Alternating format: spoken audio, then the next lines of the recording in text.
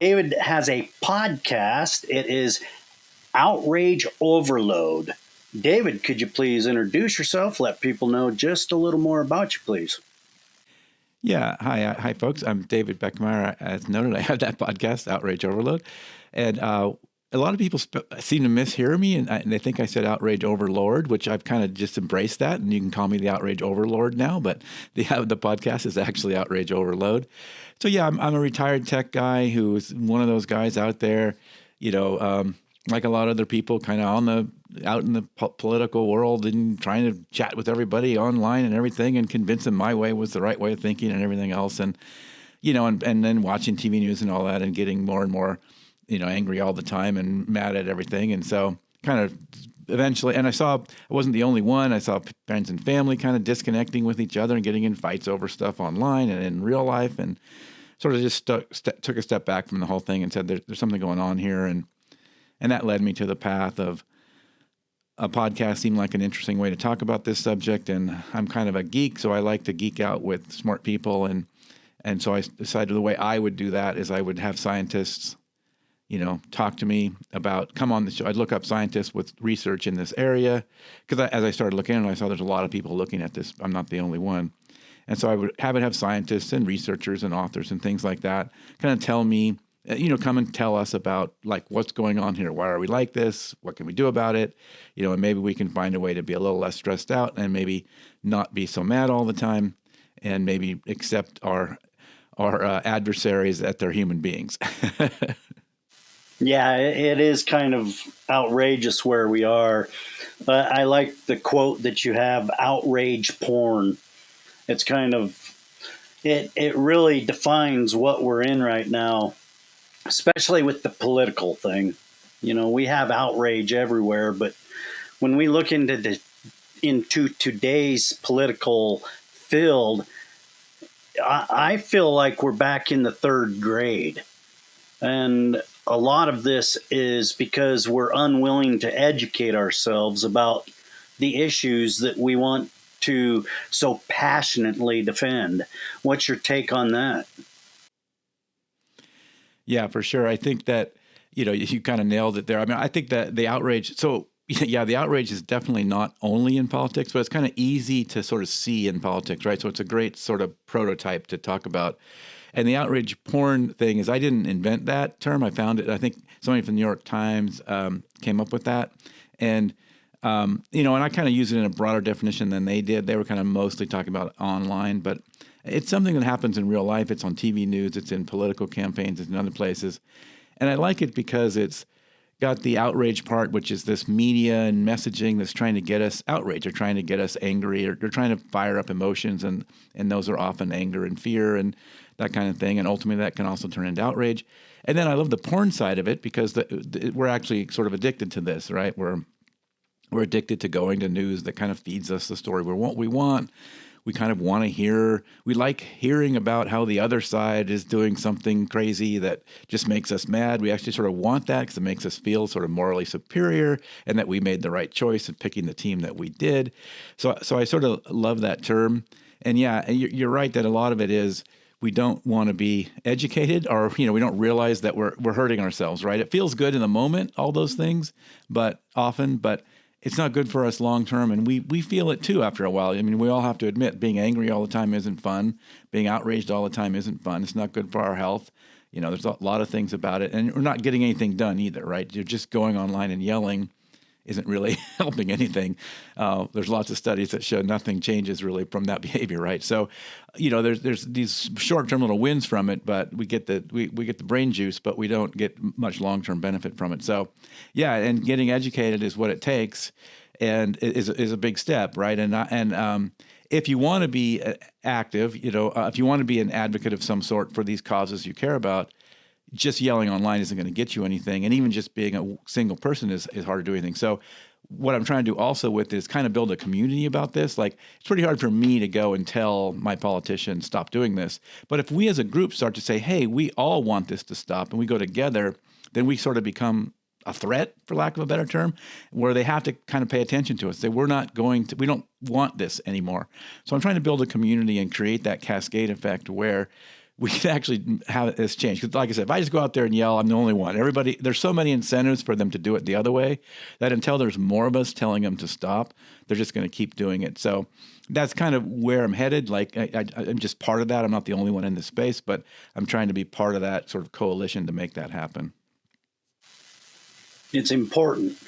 There's a shift occurring right now, and I've witnessed raw rage going into actually thinking about things, and there's less combativeness going on in certain areas of the internet. That's a start. Once we stop closing the doors off and allowing people the space to express themselves, and learning to express ourselves is hard, to do it in the proper manner. It took years for me because I was caught up in that emotional drama, that divisional tactics you kind of highlighted there a little bit. I remember back before there was this 24/7 news cycle, a lot of people were into their own day-to-day lives a lot more than into everybody else's lives out in the galaxy now, because it's turned into world news now and everybody's hyped all the time. What's your thought on too much information overload? Yeah, for sure. I mean, exactly. I mean, one of the, we've sort of lost local news and local channels and things like that a lot. We sort of, it's all national or international now. So yeah, we find ourselves caught up in these national, international things that have a lot less impact on our direct lives. I mean, we don't even know what's going on at the town council, the city council, or something nearby that probably has a lot more impact, the potholes down the road and things going on in your school and things like that. And so, yeah, it's kind of, but, for those national stories, that's what they want to do. They want to pump, well, we've got these 7 national stories. We're just going to talk about that all day, and literally all day, like you say, 24/7, right? We're just going to circle around these same 7 things. We're going to find the most outrageous things we can find, and we're going to say them over and over and over with every host we have all day long. So yeah, it's absolutely, it's kind of it's not, it's information, but it's kind of noise, right? I mean, it's not always misinformation. It sometimes is, depending on sort of your news sources, but I wouldn't even, blame misinformation at this point. I'll just call it just a lot of noise, right? I mean, it's the loudest stories and the most titillating things, and they're just repeated over and over. And we're losing sight of a lot of things that would make a lot more sense. And we're also losing touch even in just local, just a community, right, in our neighborhoods, and staying in touch with folks that maybe look at the world a little differently than we do. And we have a hard time with those conversations now because we don't have much practice with it. And we've sort of been spun up that we're kind of just like a spring coiled up. And the first time somebody says something, we're going to pop, and we're just going to just jump out at it. We have a hard time just listening for a minute and seeing where people are at and accepting that and taking it and, realizing that there's more than one. Almost everything has more nuance than we think it does. And that is a challenge for our brains because we sort of like nice and black and white answers to things. And most things, especially these ones that are sometimes the most hotly contested, are more nuanced than that. There probably is more than one way to look at it. It's not necessarily that you're wrong or not wrong, but you might be wrong, but it's more that the other person is human and has a real perspective and came to their conclusion in a similar way to you did, but they got there, they ended up at a different place, but they used the same kind of, even though we have a hard time believing, it's so obvious to us, we have a hard time believing that they took a logical step to get where they did because they didn't land where we landed.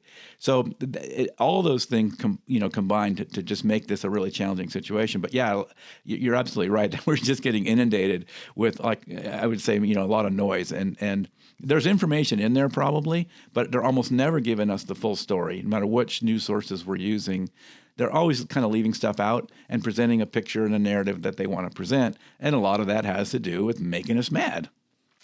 Yeah, I agree with that. I'm kind of disheartened at how our politicians, our leaders, our very core of our society has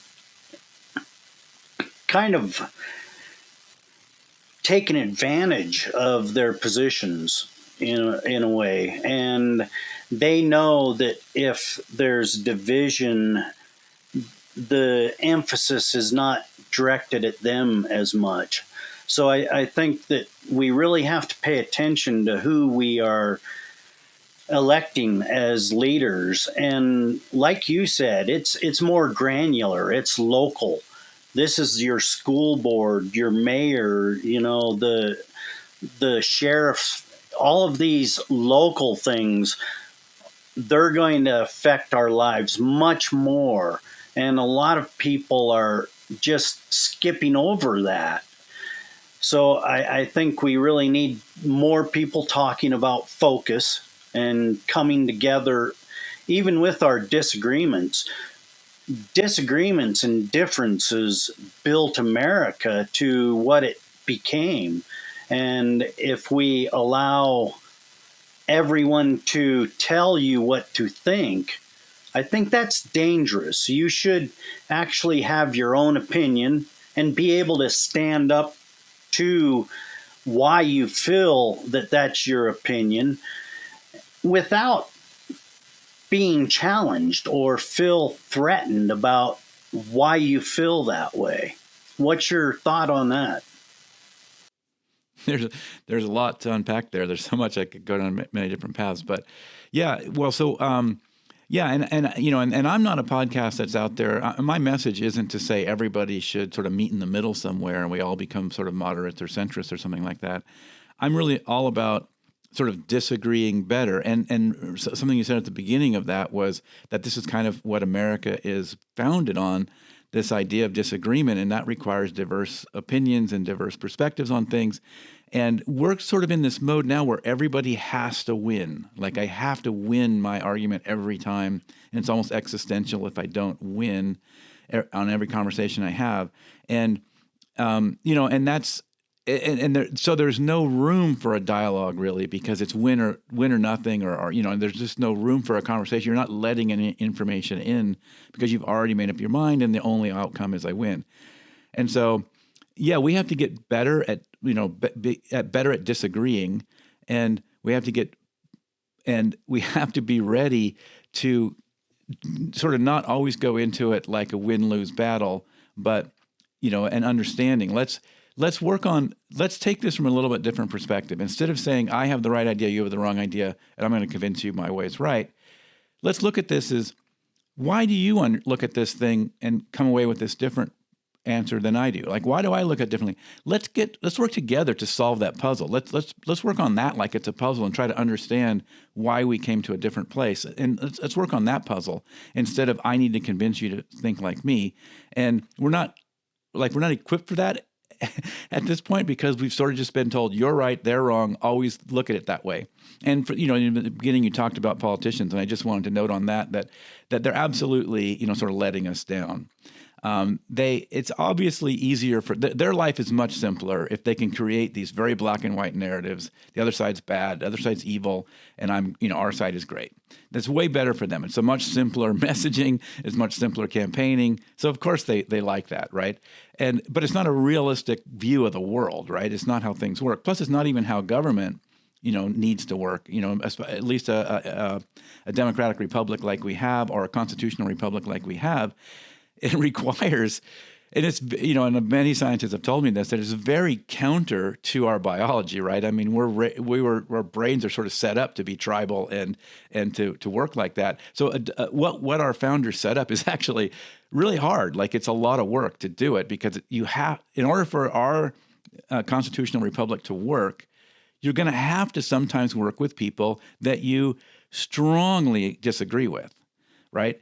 And that is really hard. And we've all, and we've really lost, as a nation, we've lost it, as individuals, we've lost it. And we don't even appreciate it now, right? We incentivize our leaders to behave that way to where they don't give an inch ever, and they're always constantly telling us how bad. So we've told them to do that, and so it's a dance. We're doing a dance with them, and what we had to start doing is incentivizing them working together sometimes. And we're not always going to get our way, and either the other side is not always going to get their way, but you can't make progress if every battle line is a sort of death march or a death call that's either live or die on this, and you just won't make any progress because it's going to be this swing side, I'll get 2 extra votes. Next swing side, you'll get 2 extra votes, and it's just this back and forth that's very hard to make progress in. And the problem now is that politicians are actually punished. You're seeing this especially over the last 5 and 10 years, but it's been going on longer than that when you talk to the experts. But it's really obvious more now that politicians are getting punished if they're willing to talk to the other side. It's like this is a weakness. You see this, people getting, just resigning because it's like, well, everyone's telling me I'm just fed up with it. I can't do it. The people that were willing to compromise sometimes, or at least just have conversation even. Now, if somebody on our side, one of our representatives, dares to have a conversation with somebody on the other side, well, I'm sorry, they're just, they're an apostate, and I need to kick them out, right? And we need to stop doing that because it's not good, and it's not productive, and it's not good for our long-term survival or our democracy, right?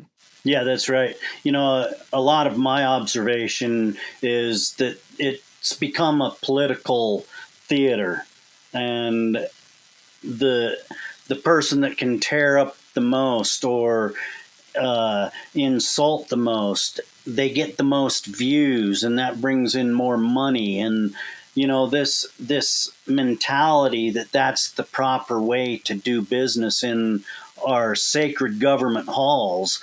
I really think that it's a disgusting way of looking at things. I'm proud of what our founders built, and I really think that the mechanism is there to ensure everybody's equality. And I think even our Justice Department has been slipping on that.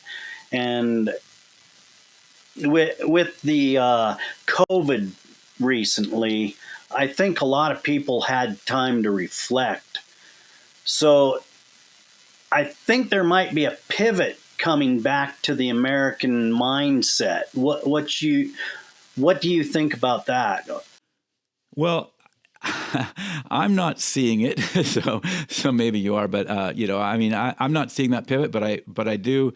I hope that kind of thing is coming. I mean, I feel like a lot of people had a chance to, kind of spool themselves up. I mean, the COVID sort of pandemic situation and lockdowns and things like that were sort of another catalyst. And some of the things the ways I saw people I know, family and other friends and stuff, sort of impacted by that was another sort of catalyst for starting the podcast, because it again became another anchor point for sort of politicization of everything. And there was so many failures, and it's another one of these examples of an extremely nuanced problem, very complicated problem that, and it sort of turned into this battle of camps. Like if you're in that camp, everything they say is right. And if you're in this other camp, everything they say is right. And that simply wasn't right. There's fault to go around all over the place of how this was mishandled. And some of it's innocent. It was mishandled, but it's innocent. Some of it was probably a little malicious, right? Some people started to take advantage of this politicization, but there's some of both. And it's so complicated that we come back to that. We sort of like these simple black and white things. I say, Anthony Fauci was always right. So everything, if you don't agree with him, you were always wrong. Donald Trump was always right. And if you don't agree with him, then everything, then you're totally wrong. And this is obviously a simplified picture of the world that's not right, or Joe Biden or whoever you pick. Like it's not right. It's not how the world works. Everybody was making mistakes. We were scared to death. I think we also lose sight of that too, that people were really scared. And that really changes, that's part of that. Makes it harder to activate that frontal cortex of our brain and that kind of thinking part of the brain, because we're sort of, our emotions are activated. So we were scared too, and I think we have to keep that in mind. And that got, that contributes to us getting tribal and getting scared and kind of hunkering down in our tribes. But there is a point about that is interesting, because people did have some more time to reflect, and the question is, did they do enough self-reflection to realize that it's sort of like we're part of the problem. That's big. We are the problem because we're unwilling to have the deep conversations. We'd rather skip over it, send it to the next bill or whatever. There's always an excuse, a reason. But, looking at the political landscape right now, I'm seeing a third party candidate, the Kennedy candidate, coming in and stirring the pot. And this is what I'm pointing out when I say I see this turning point, because there's actual emphasis being placed on, hey, what is happening is not right. And you're ignoring me. You're not accepting me. I need to do this way. And a lot of people are actually hooking on to that. I see some upset possibilities here. So it's an interesting landscape that we live in at this present time. What's your thought on the Kennedy upset? Yeah, I think it's interesting. It's an interesting, as you say, it's kind of an interesting observation. And I think you kind of hit on something there too. I think that's important in this is that, in some ways, the fact that everybody's mad and everybody's kind of uncomfortable with it is a necessary, it's like a necessary part of the process, because you won't change it until you you hit rock bottom or whatever, right? And that's kind of where the outrage overload name comes in, right? We're just so outraged. It's overload. I can't deal with it now. I'm ready for a change. And and I think there's some of that. I think this is also it's a similar kind of mentality or there's a similar concept there with, like people kind of like, I'm fed up with the status quo. I'm tired of this side. I'm tired of that side. And we're looking for some alternatives. And I think, there might be several of those kind of messages here in this next election cycle. I mean, I'm certainly seeing a lot more, tension and concerns as these, and here we are, we're more than a year away or whatever, but still, but it's already starting to heat up. And I think this is only going to get more so that people are getting more stressed out. They're getting more agitated about it. They're getting more worried about it, and I see it in the, in the listeners, that coming back to me with questions about this. So I see people being, kind of freaked out sort of about the whole thing. And I feel like I'm outside, in the podcast, I try to do it to a degree too, but in offline conversations I've had with, it seems like a lot of people, I'm doing a lot of trying to talk people off a ledge. Yeah. Yeah. Well, I'm kind of giddy at the atmosphere right now because we really need this apple turnover, the apple cart being turned over, if you will, with what's happened in our landscape. But, it's interesting. You say that your podcast started out of this feeling, and it's similar to the Dead America podcast, feeling dead and worthless, and we're way better than that. What got you started into podcasting and telling people your thoughts? Yeah, well, it's certainly outside my comfort zone. I've never done anything like this. I'm like a tech nerd guy and worked behind a desk my whole life. So I didn't have this is all outside. This is all new to me, just figuring out the audio and the technology and even just the production and how does the whole thing work, and even just kind of storytelling and audio storytelling and all that. So way outside my comfort zone. What I liked about it as a format as I was researching this topic is that it can be more long form. And so, I do like 40-minute-ish episodes. So I'm not kind of an hour and a half. I'm not Joe Rogan at 3 hours, whatever. And I'm not, but I'm also not sort of the 2-minute news bite sort of thing you would have on TV. So we can get into more depth. And so which is, something I kind of encourage. I'm fine with that. The classic media training, the person is supposed to only give you a 2.5-minute answer or whatever. And I'm fine with a 5 or 8-minute answer, even sometimes, right? I mean, I'm fine, letting them get deep, and that's what my audience wants. That's the audience that's going to listen to my podcast. They've selected that as what they want. So that's fine. I'm not trying to pick a different audience. I'm sort of speaking to that audience, and Yeah, so that was all new, and I thought audio. So I thought audio was a good format because of that. A podcast was a good format because of the length, and you can get a little deeper. And the other one is kind of audio because what I've kind of discovered is I could write words forever. Nobody reads. And, I mean, people do, but I think you can reach a lot more people with audio. I mean, I think people could listen in the car, they can listen while they're cooking dinner, and things like that, where they wouldn't read that book, right? And or they wouldn't read if I wrote every day a big blog post. They don't have time to go read those blog posts, but they'll listen to the podcast.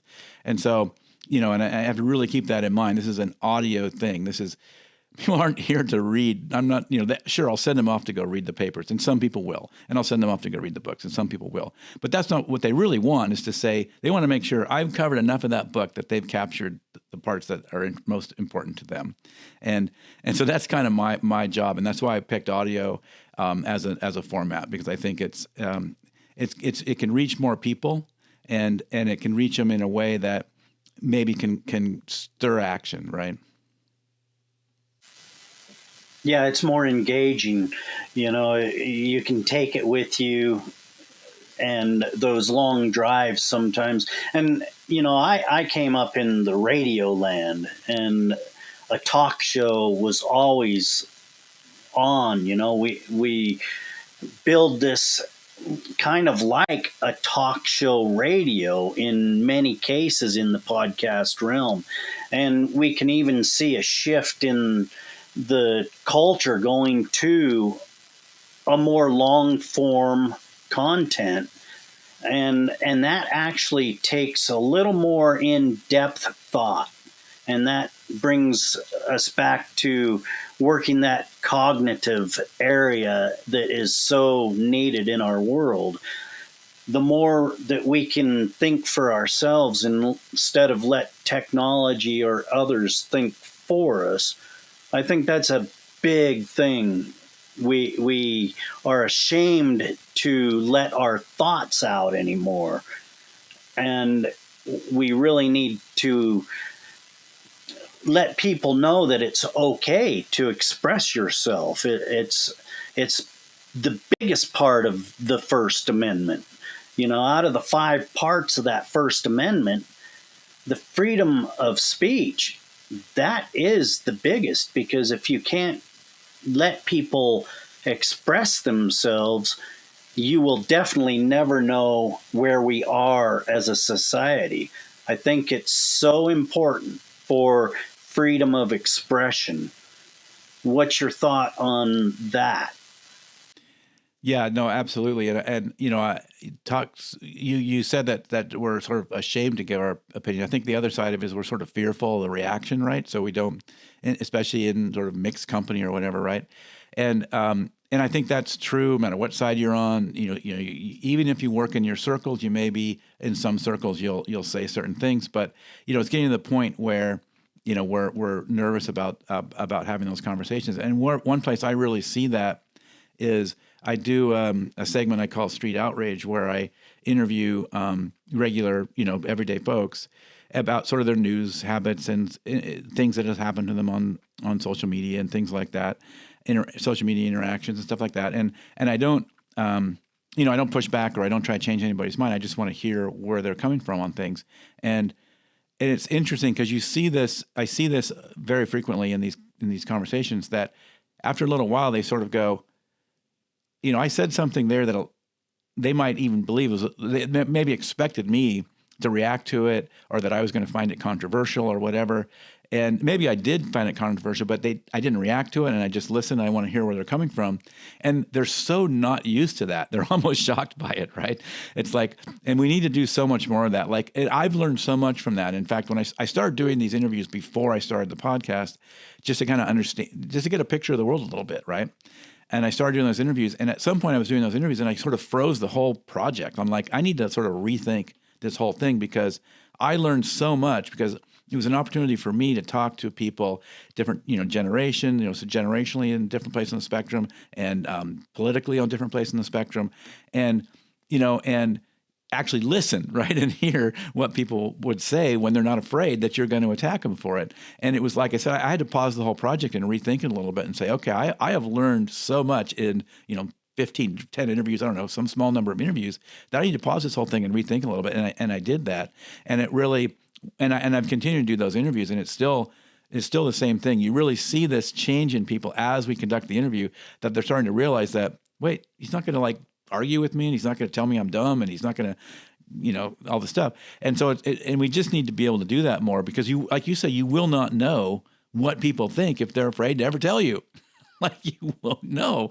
You can't know because they won't tell you. So, yeah, and on the First Amendment thing, I mean, I think it's such a hard one because, yeah, we need to be really active about this and make sure we keep that going. And it is very hard because it's a fine line, you have this, because it's, people can say really hateful things. People can say, there's obviously things you can't say. I mean, you can't, threaten somebody, individually make a threatening remark and things like that. So there are lines, but where you put that line and it gets really, you have to let some really uncomfortable things be out there, and you have to let them sort of, all exist. Like, if you only let, say, what people might call crazy on this side exist and no crazy countering it, that becomes now a propaganda wave, right?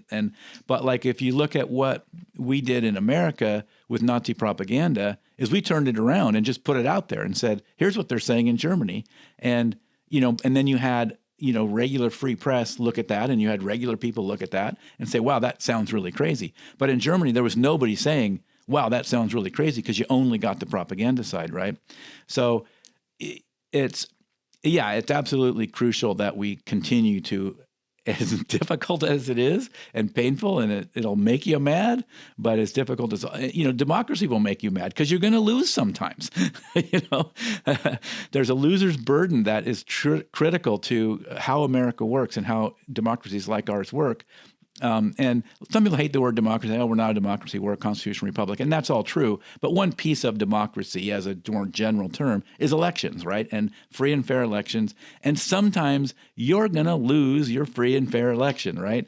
And the nice thing about America is you lose, you move on, right? You're going to get another election in a couple of years. So you get another chance. It's not the end of the world. And that's the problem now a lot of times, is we're looking at these elections like an existential thing. Like, this person wins, America's over.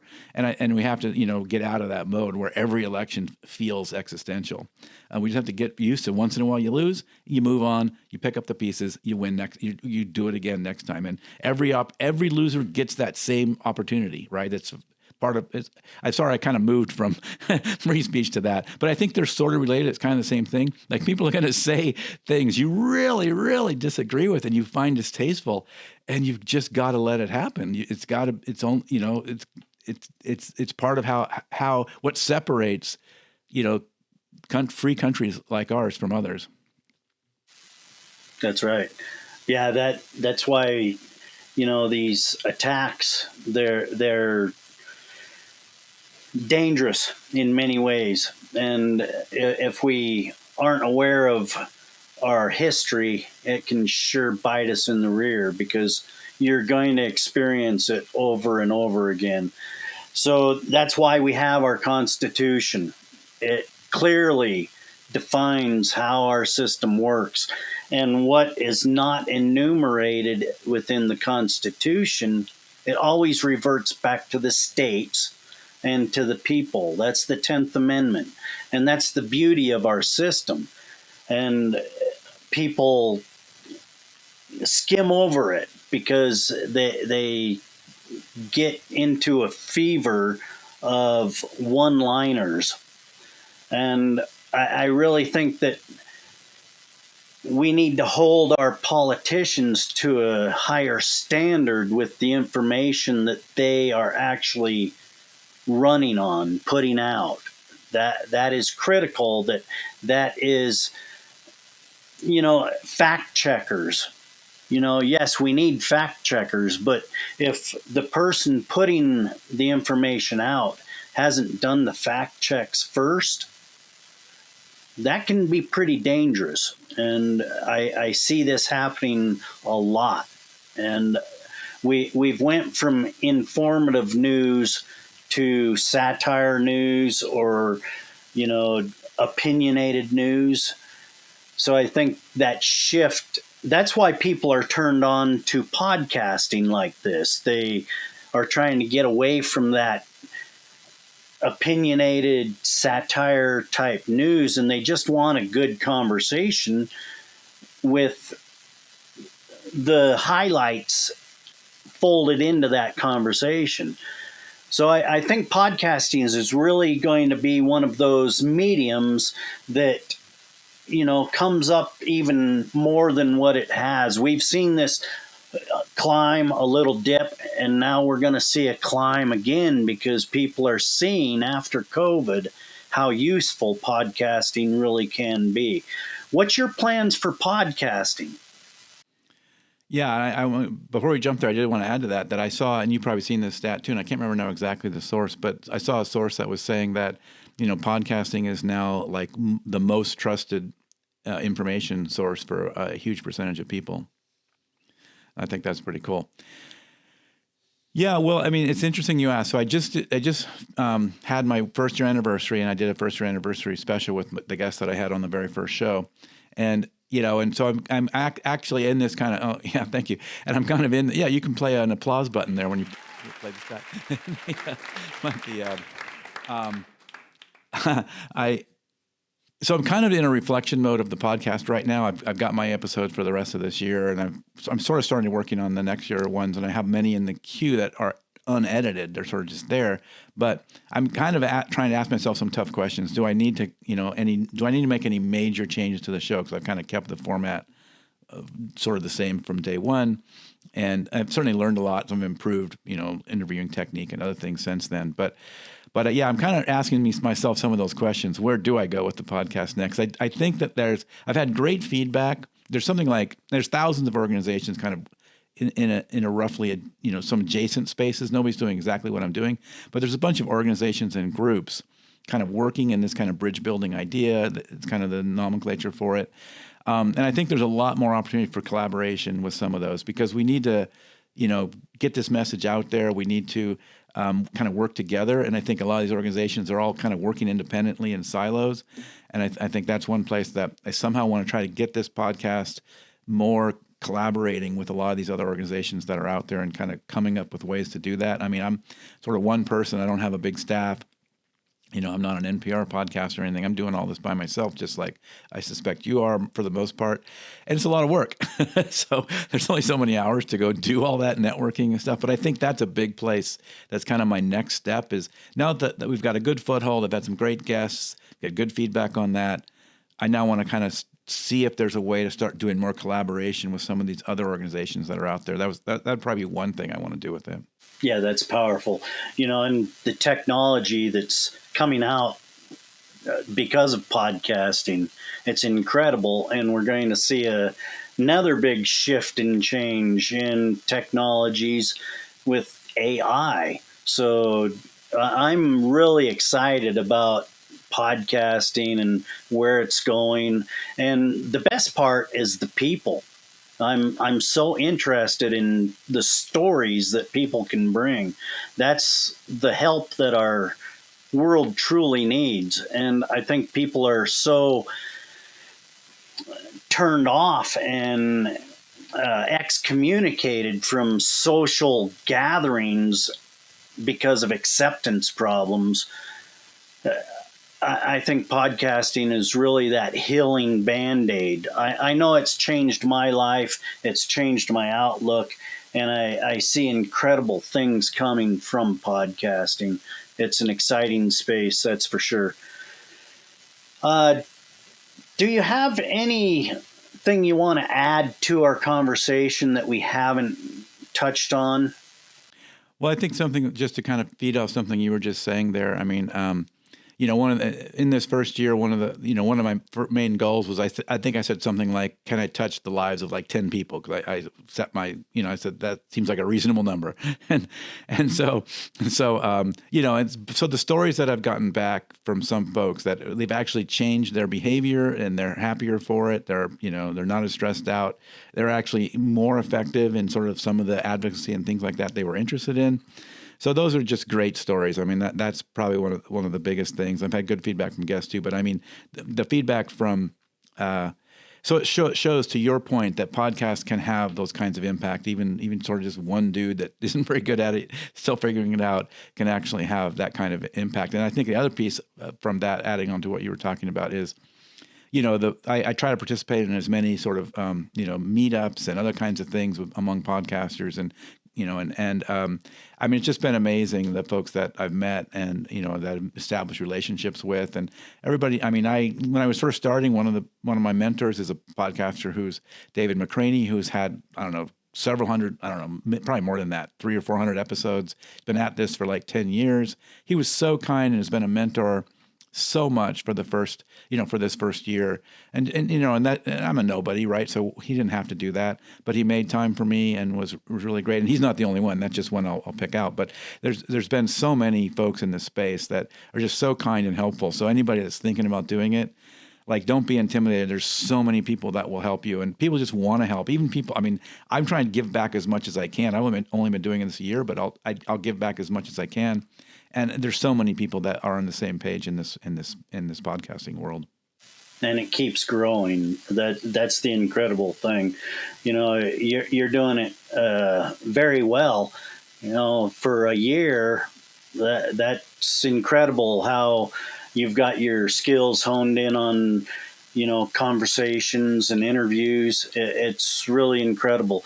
So a lot of people don't get past that 7th episode. So you're in that, 10% crowd. It's quite unique what podcasting can do for us. I'm excited. Are you involved with like Podmatch or Matchmaker FM at all? Yeah, I am. I just recently sort of got involved with Podmatch, and I, talked to Alex Sanfilippo. I can never pronounce his name. Sanfilippo. I think that's right. Sanfilippo. Oh, yeah. Sorry, Alex.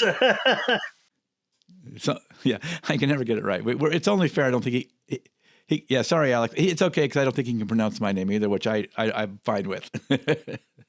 But yeah, so and he's been, again, a perfect example. Here's somebody that's super famous and has all this stuff, and very helpful guy. Like, he's sincere about wanting to help people, and that's just another example of what we were talking about.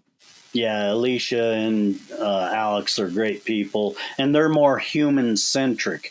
I've been hearing that being thrown around a lot more, and it just fills my heart with joy. Human-centric. It has meaning, so the more conversations means more human-centric nature is being evolved there. So it's exciting what we're seeing in the space, that's for sure. Do you have a call to action for our listeners today? Well, yeah. I mean, I'd love to check out the website, outrageoverload.net. Check that out. See if there's anything of interest there.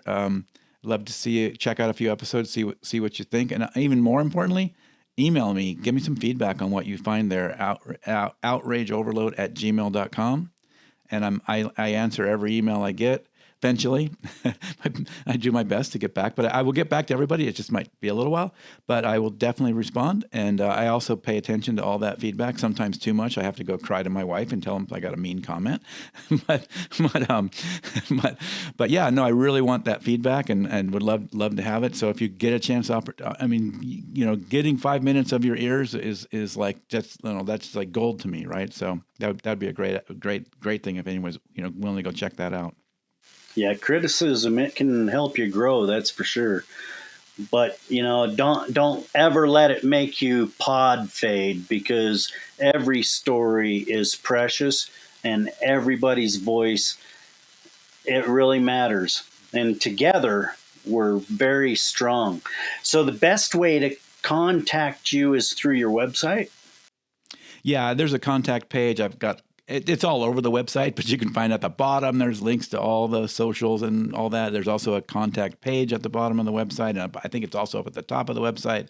So if you can't find my contact info, then you haven't been using the internet very long, but because it's plastered all over that webpage at outrageoverload.net. I like what you're doing, David. I want to say thank you for participating today with us here on the Dead America podcast. Yeah, and I really like what you're doing as well, and I really appreciate and thank you for having me making the time for me to come on the show. I think that's fantastic. I really like what you're doing. And again, you're another one of these examples of folks out there that are just ready to give back to the community. And I really think that's cool. I appreciate that. Thank you, David. Have a good day. You as well, Ed. Take care. Thank you for joining us today. If you found this podcast enlightening, entertaining, educational in any way, please share, like, subscribe, and join us right back here next week for another great episode of Dead America Podcast. I'm Ed Waters, your host. Enjoy your afternoon, wherever you may be.